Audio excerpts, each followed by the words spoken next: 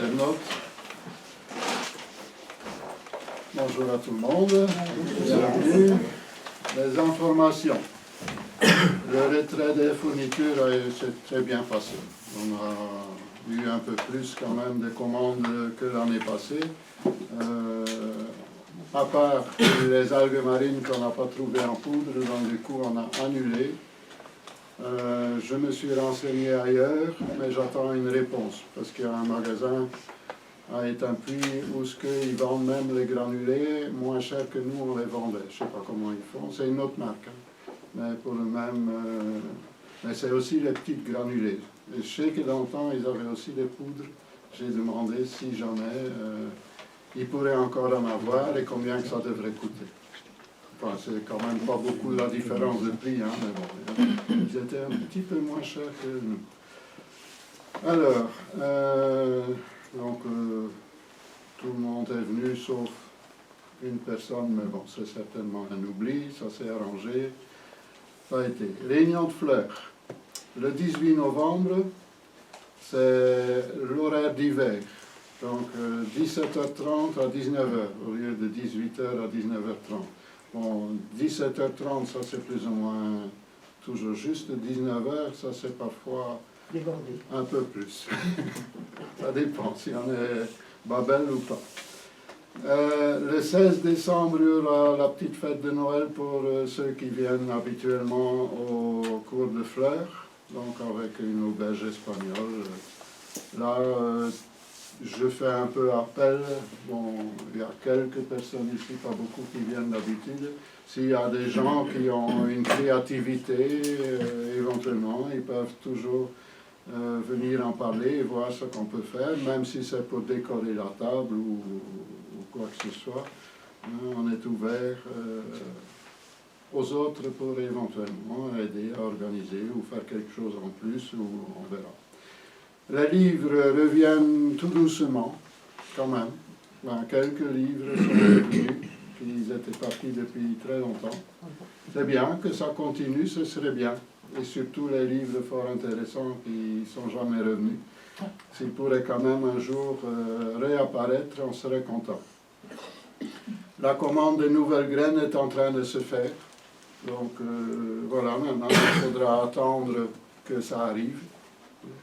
Certains fournisseurs sont souvent très pointus et très vite, d'autres ça traîne. D'ailleurs, du côté de Huy, on a souvent le problème quand l'année passée on a été les chercher parce que ça n'arrivait pas. Alors, je fais de retour un appel aux bénévoles pour éventuellement continuer à fabriquer les petits sachets. Ils peuvent venir aussi le jeudi après-midi. Il y a déjà 2, 3, parfois une personne, parfois 4 qui travaillent à ça. Donc c'est bien, en même temps on est ensemble, ça fait du bien. On peut le faire bien sûr chez soi, mais faites quand même quelque chose de bien fermé, hein, parce que les sachets, rien que sur des pliages, sont collés. C'est pas intéressant parce que quand on ouvre, souvent on perd déjà la moitié des graines qui tombent.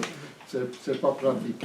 Même si ça pourrait être des sachets bien fermés, ce serait bien.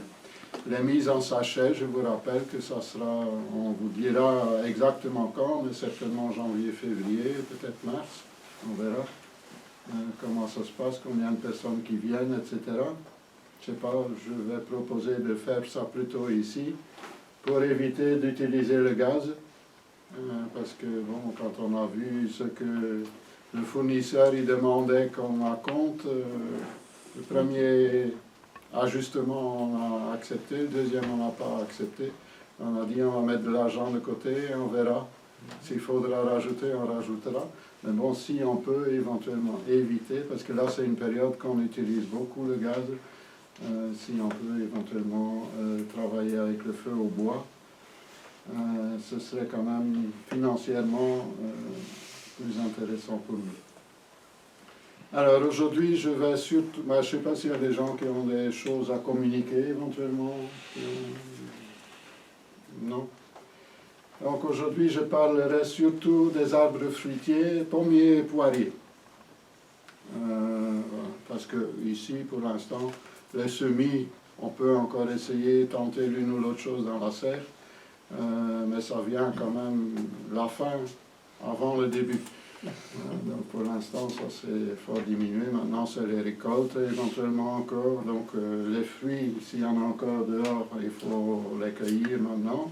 Les potirons, les courges, etc., c'est le moment aussi. Bon, les céleris raves, tant qu'il n'y a pas de grosses gelées, c'est pas nécessaire de les enlever, sauf s'il y en a des rongeurs ou des choses comme ça. Les carottes aussi. Le poireau peut rester dehors, sauf si c'est des poireaux qui ne résistent pas au froid. À ce moment-là, on peut aussi les rentrer en serre éventuellement, on jauge un petit peu et prendre un peu d'énergie. Donc autrement, sur le jardin, surtout épandre tout ce qui est pas engrais vert, mais plutôt couverture du sol, donc tout ce qu'on peut avoir. Donc c'est mieux de le faire maintenant, hein. C'est en automne et au printemps que le sol y travaille le plus, hors période de gel. Quand c'est gelé, là ça ne travaille plus grand-chose. Mais hors période de gel, c'est là qu'on a l'humidité, qu'on n'a pas les grosses chaleurs, et c'est là que l'activité du sol est le plus important. Donc là, on prépare l'engrais qui sera disponible aux plantes qu'on va mettre en place à partir du printemps. Si on ne met qu'au printemps, cette action n'aura pas eu lieu parce que ça sera trop vite, parce que ça doit mettre un certain temps à se mettre en route. Les vers de terre, etc., ils ne savent pas tout manger d'un jour. Hein. Donc voilà. N'oubliez pas aussi de regarder quand même si les limaces y reviennent. Il ne faut pas faire ça qu'au printemps, faites ça maintenant. Une fois épandre, on a encore d'ailleurs 2 petites boîtes là, parce qu'on devait commander par 12, je crois, et on n'avait que 10 de commandés, donc il en reste 2. Donc moi je jette ça comme ça à la volée, au-dessus de tout, et pas beaucoup, hein. Donc, il y en a un tous les 50 cm², ça suffit, hein. Et ça élimine énormément la progression du nombre pour l'année prochaine, parce que tous les adultes qu'on s'est éliminés ne vont pas pondre au printemps. Voilà. C'est sûr que les oiseaux, pendant l'hiver, s'ils ont l'occasion, ils font le nettoyage aussi. Hein. Et les hérissons aussi. Les hérissons, etc. Donc ces granulés-là au phosphate de fer ne sont pas nocifs, en tout cas, c'est ce qu'on prétend, ne sont pas nocifs pour les autres animaux. C'est un produit qui se trouve déjà dans le sol. Voilà. Et là, c'est attractif pour la limace, c'est certainement mélangé avec du son, de céréales, etc. Voilà.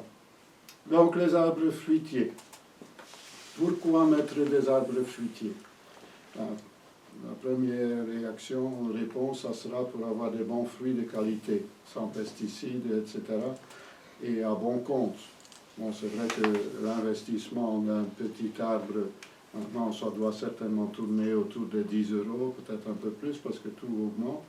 Mais quand on voit qu'un kilo de pommes plus ou moins bio sont à 3 € du kilo, on a quand même vite 3 kilos de pommes sur les 2 premières années, et puis on est parti dans le pur bénéfice, quoi.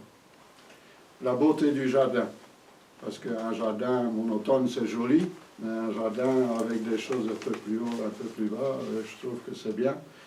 Il y a la floraison au printemps, il y a les fruits qui sont quand même aussi jolis.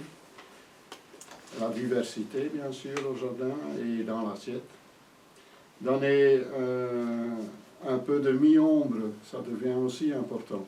Donc on sait avoir, en réfléchissant où est-ce que je vais planter l'arbre ou la rangée d'arbres, etc., on sait prévoir quelques endroits en mi-ombre, par exemple, entre autres pour les laitues en été, qui n'aiment pas du tout le soleil, mais la plupart des plantes aiment bien la lumière, mais pas nécessairement le soleil direct sur les heures plus chaudes. Donc avec les petits arbres, on peut éventuellement aussi travailler comme ça. Celui qui va le mieux, mais qu'on ne sait pas trop restreindre au niveau de la taille, c'est le pêcher.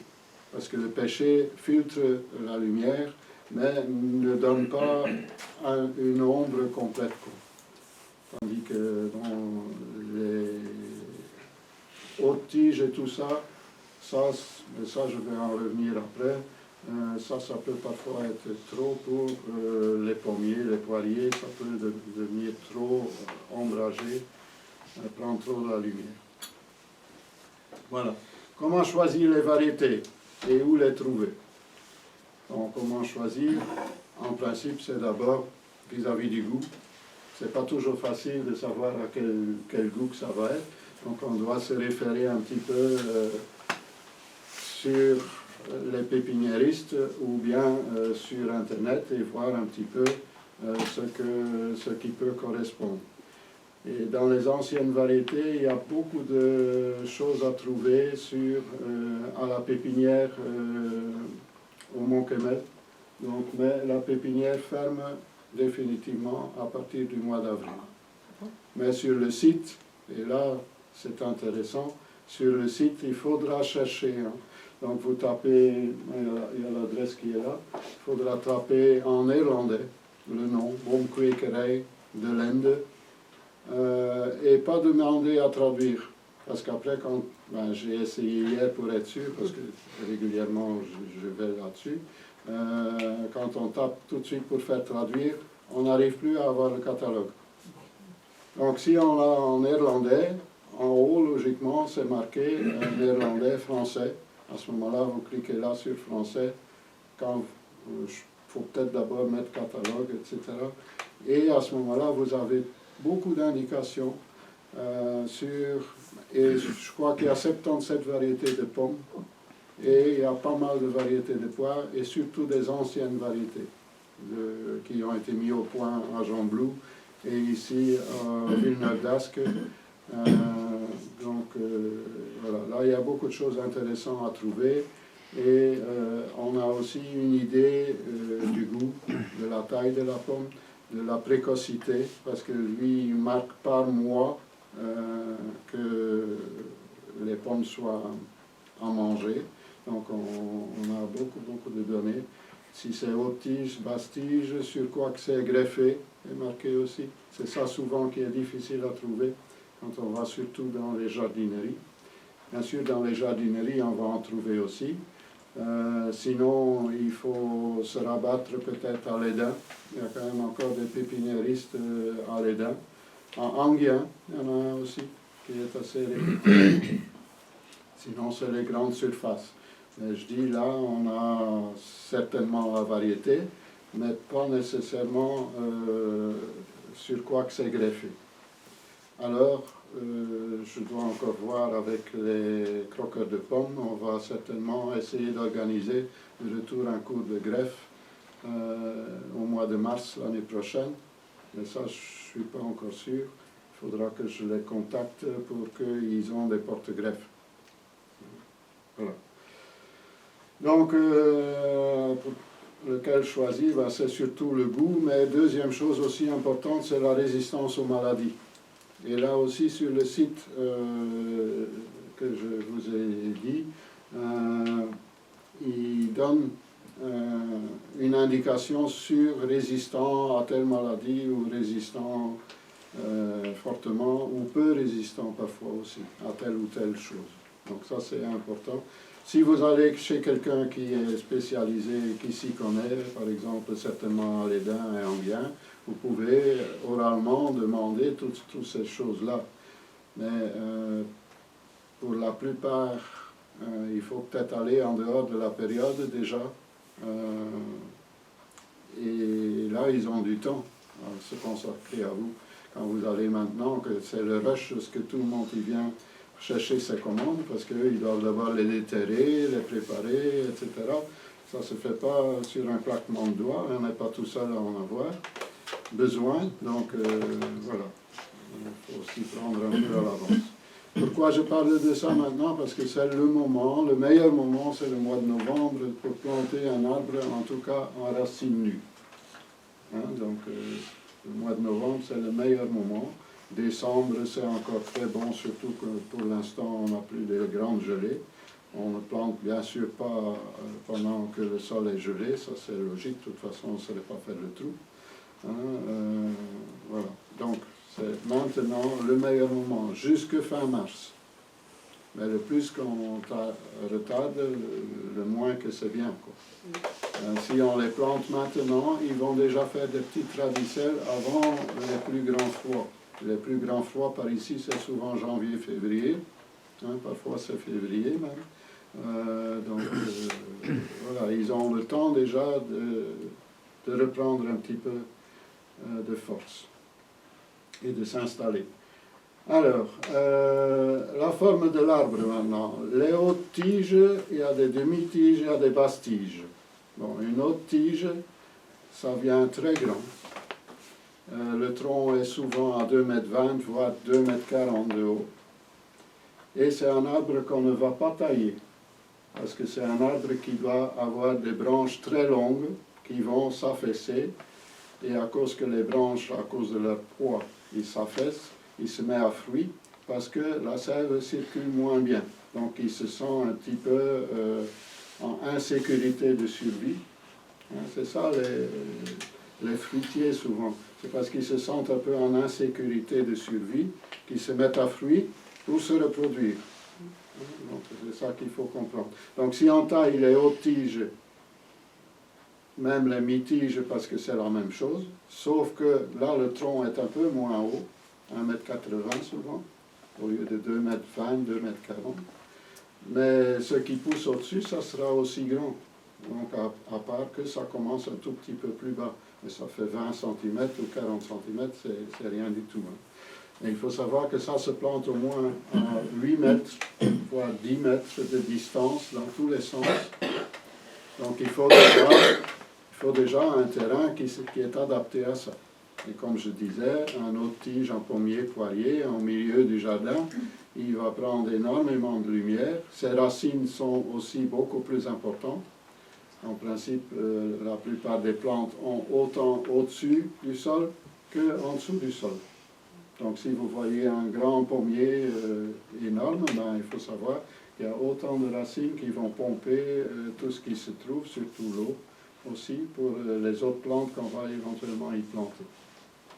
Voilà, donc ça c'est un choix.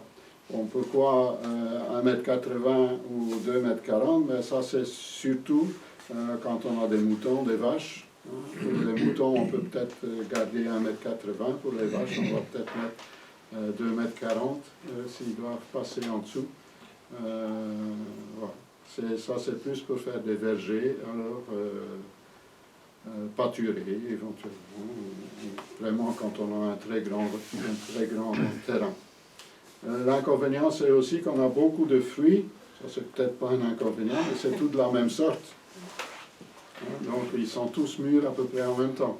Donc ça sera plutôt pour faire des jus de fruits ou des choses comme ça. Ça devient intéressant. Pour les basses tiges, donc les buissons, là on peut mettre beaucoup plus de variétés sur la même surface. Donc là on aura une récolte peut-être moindre en nombre par arbre, mais on aura peut-être des pommes qui sont mûres fin août, début septembre, jusque peut-être janvier, février, mars, etc., qui peuvent se garder. Donc un buisson ou une basse tige, ça dépend comment on l'appelle, il y a peut-être encore d'autres noms. Là, il faut, si on le laisse pousser librement, minimum 1,50 m, mais même c'est peut-être mieux d'aller à 2,50 m les uns des autres.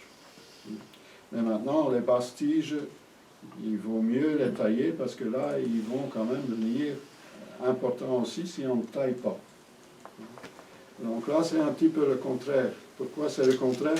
Parce que là, les basses tiges, elles sont greffées sur un porte-greffe qui laisse passer peu de sève. Donc l'arbre, tout de suite, se sent un petit peu en danger, entre guillemets, et se met assez vite.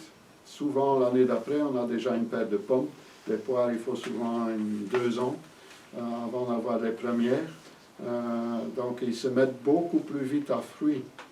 Et là, en taillant, mais ça il faudra regarder le cours de la taille, on va encore en reparler par après aussi, hein. Aujourd'hui je ne parle pas de taille, parce que nous on taille en été, en principe, donc c'est pas le moment maintenant. Donc là on va tailler, et là on peut éventuellement réduire alors la distance, si on taille assez court. Parce que là, on peut obtenir même des colonnes, on peut faire des colonnes avec des simples buissons. Mais là, c'est à nous de voir, donc de laisser pousser une tige centrale et de raccourcir à chaque fois les tiges secondaires qui vont venir. On peut aussi faire des arbres qu'on va lier. Moi, par exemple, chez moi, je ne fais pas les beaux arbres en U ou en V, etc. Mais moi, j'ai planter des poteaux donc dans des trucs en galvanisé avec une longue pointe, un poteau carré dedans, et j'attache un grillage que je sais passer ma main à travers. Comme ça, j'ai des endroits partout que je peux attacher les branches de mes petits arbres. Mais je ne mets pas ça par terre parce qu'à ce moment-là, je suis embêté pour aller travailler en dessous. Je mets ça à 40-50 cm du sol.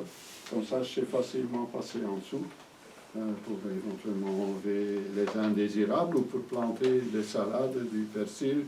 Il y a un tas de choses que je plante en dessous. Hein. Donc, ce n'est pas du terrain perdu. On peut même planter éventuellement des oignons, des échalotes et tout ça. Ça sera même profitable pour l'arbre parce que les racines de cette famille de plantes-là émettent des sécrétions qui seront prises par l'arbre et qui vont le protéger contre les maladies à champignons. Voilà, donc moi je travaille comme ça, et alors je les mets exagérément, peut-être parfois moins qu'à 1 mètre les uns des autres. Mais alors je les garde petits. Bien sûr, sur chaque arbre, j'ai peut-être que 15 ou 20 pommes. Mais bon, par le nombre, j'ai quand même une bonne et une belle récolte. Et on sait, pendant la période qu'on en mangeait presque tous les jours 1 ou 2 pommes de différents goûts. C'est comme ça aussi qu'on peut sélectionner. Quand il y en a qu'on trouve vraiment pas bonnes, on élimine. C'est dommage, mais bon, on élimine, on met autre chose qui nous plaît le plus.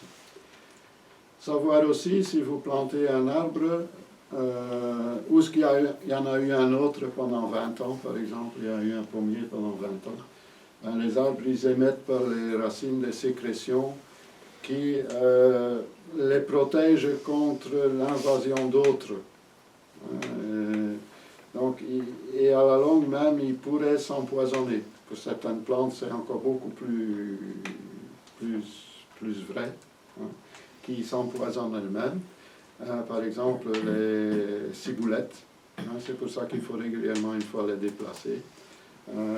Donc là, aussi, si vous avez eu un pommier pendant 20 ans, c'est pas là qu'il faut replanter un pommier.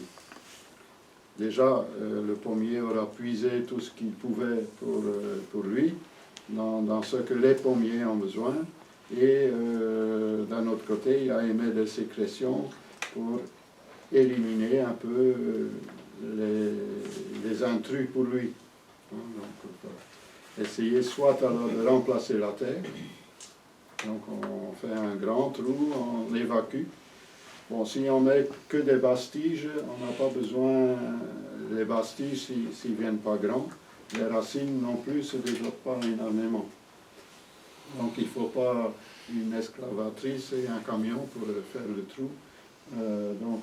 Enlever une brouette de terre par exemple et remplacer par une brouette de terre qui vient d'ailleurs du jardin va suffire à éventuellement pouvoir remettre un pommier là où il y en a eu. Voilà.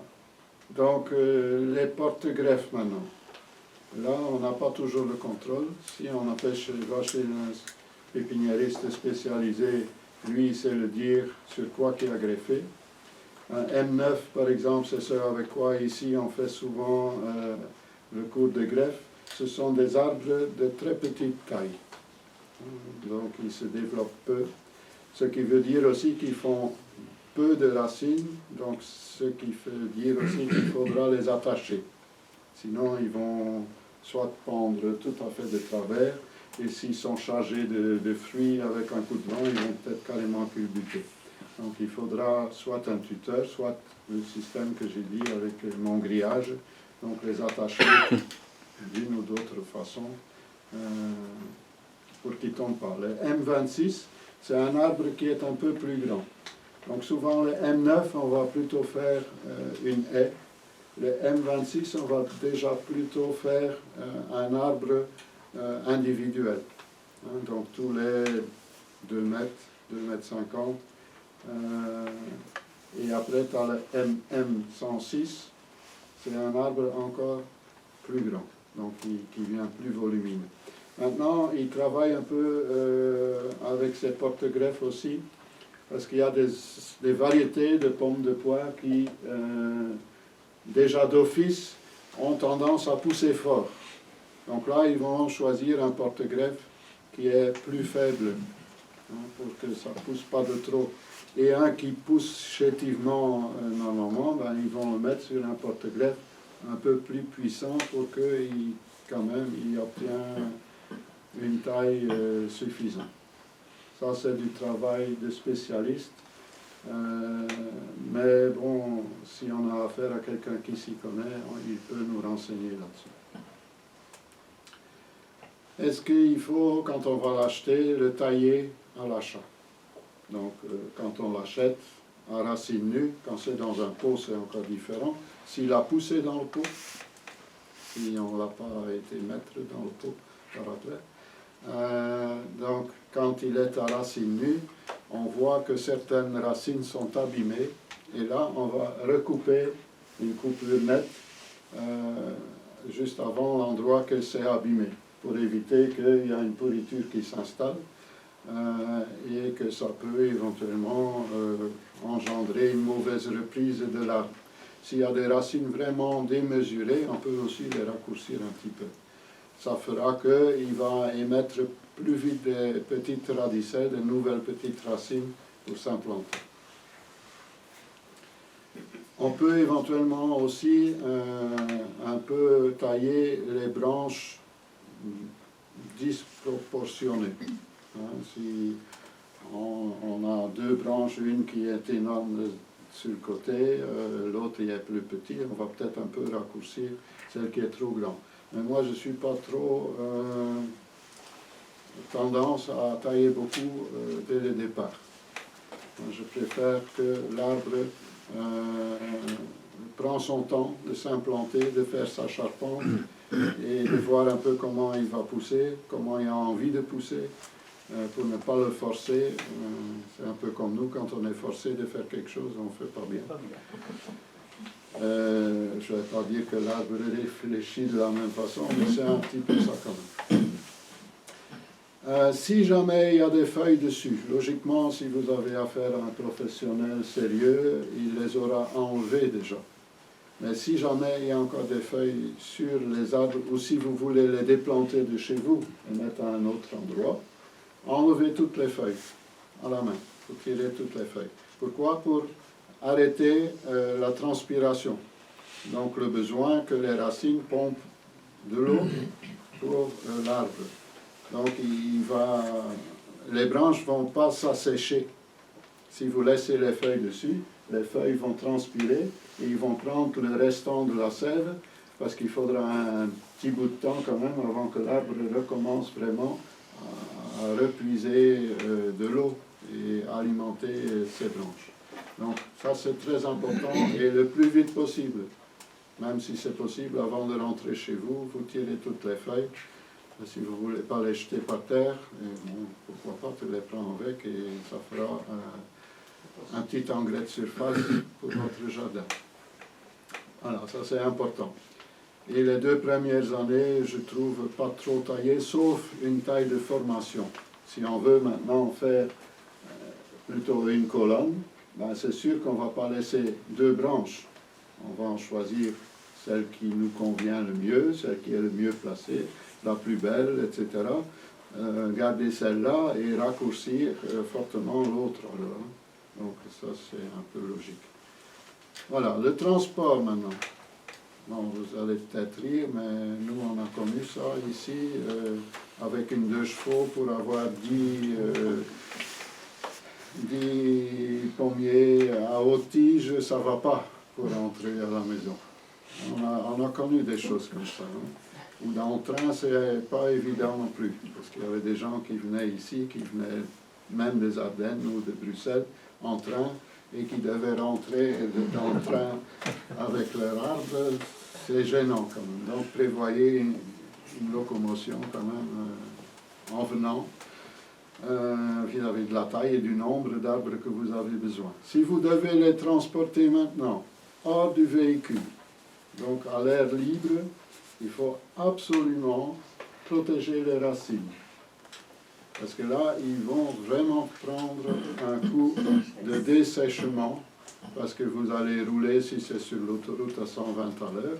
Sur les autres routes, ça dépend si tu viens de Flandre, c'est 70, en Wallonie c'est parfois 80, parfois 90, parfois 70, parfois 50. Mais ça veut dire que ça dessèche fortement.